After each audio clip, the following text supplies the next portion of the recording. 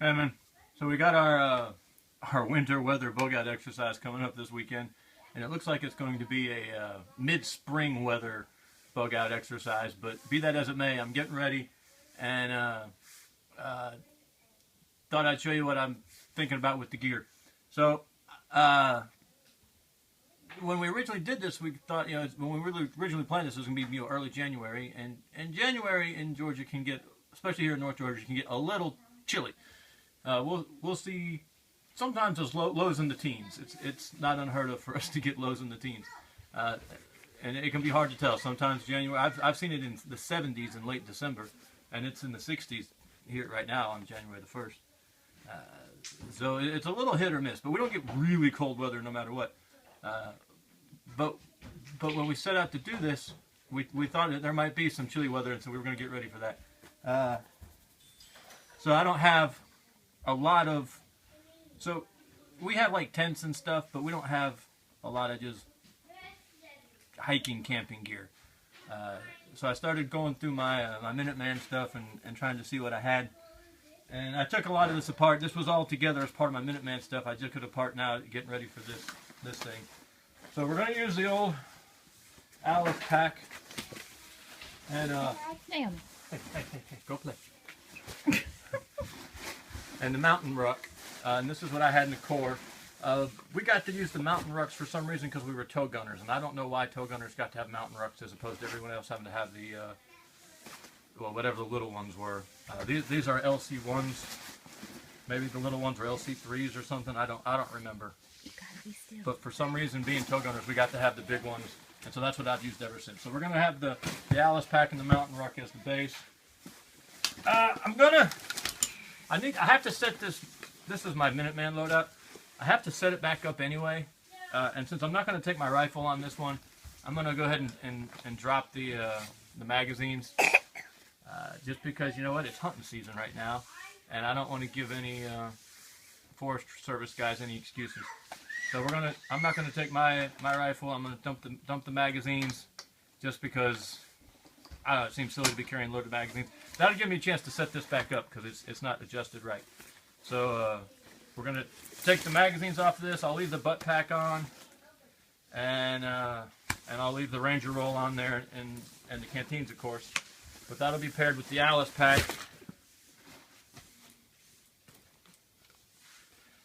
And then I've got my sleeping mat. I remember.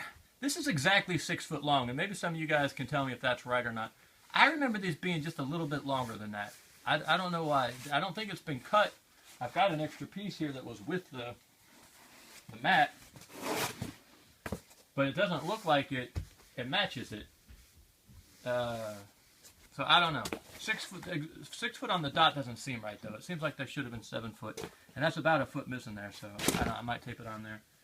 I actually have some cold weather gear, but I don't know that I'm going to need it.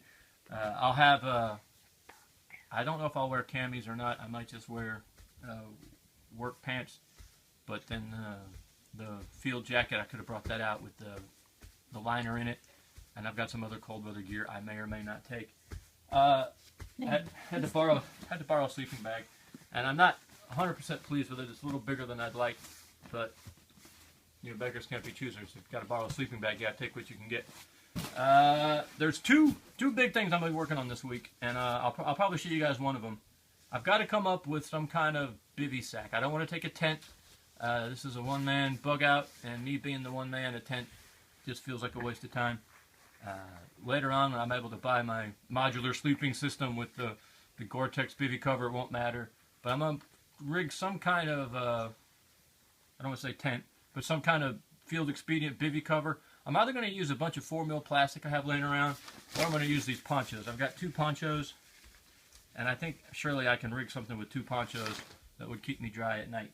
The other thing I've got to decide, and you're going to laugh at me, but I've got to decide which edged implement I'm taking with me. And there actually is a controversy, or at least a conflict here in my mind. So I'm not taking the rifle. So I'm tempted to take the full-size double-bit axe just to simulate a rifle. Just for some weight and some the inconvenience of carrying something large. just take the double bit axe. The only problem is this is supposed to be a testing your gear type exercise, and this wouldn't really be my gear. I wouldn't really have this in this scenario, this bug out scenario.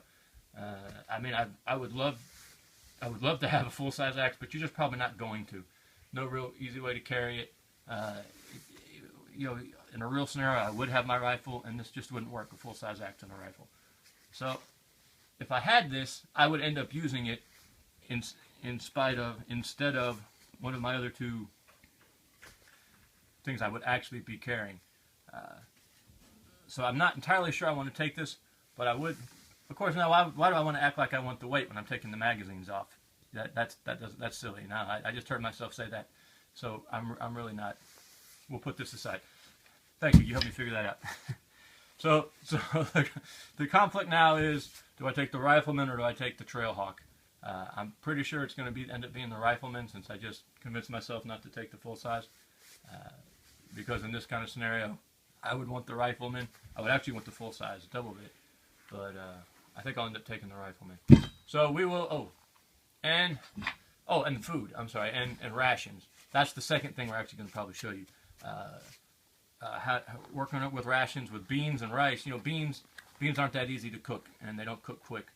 And they need to soak and stuff. So we're trying to come up with some plans on how to cook the beans. And I should have brought my pot in here to show you. I've got an old cast iron pot I'm actually going to take as well, and use it to boil water and cook in. I will show you that when we're working on the food this week. So that's kind of what we're getting ready for this this bug out exercise this weekend, man. If you are in the area, it is not too late to come. There's a couple of different options. You can just come out. We're gonna have a base camp, and then and the base camp's in a state park, and there's campsites and bathrooms, and then we're gonna have at least one night away from the base camp. However, if you don't want to go on that hike out, you're welcome to stay at the base camp. Also, Saturday, if anyone wants to come out, probably in the morning to mid-afternoon, we'll be at the base camp, and it's a real easy access. You could drive up and say hello and take part in the Atlanta Viking meet and greet aspect of this whole thing. That is Saturday the 6th? Whatever Saturday is. I think Friday's the 5th and Saturday's the 6th. Most of us will be coming out of the woods Sunday. So we're going to be meeting up there Friday. We'll sleep at the base camp Friday night. Saturday morning we'll probably fellowship and hang out and kick tires and look at each other's gear. And then Saturday afternoon sometime, those who want to go on the bug out portion of this exercise will head out for a forward operating base, a FOB, to test out their bug out gear and how it carries and how it sustains them overnight and whatnot. So there you go, man. We appreciate you. You got any ideas about this field expedient bivy sack I'm trying to make? Let me know. Thank you.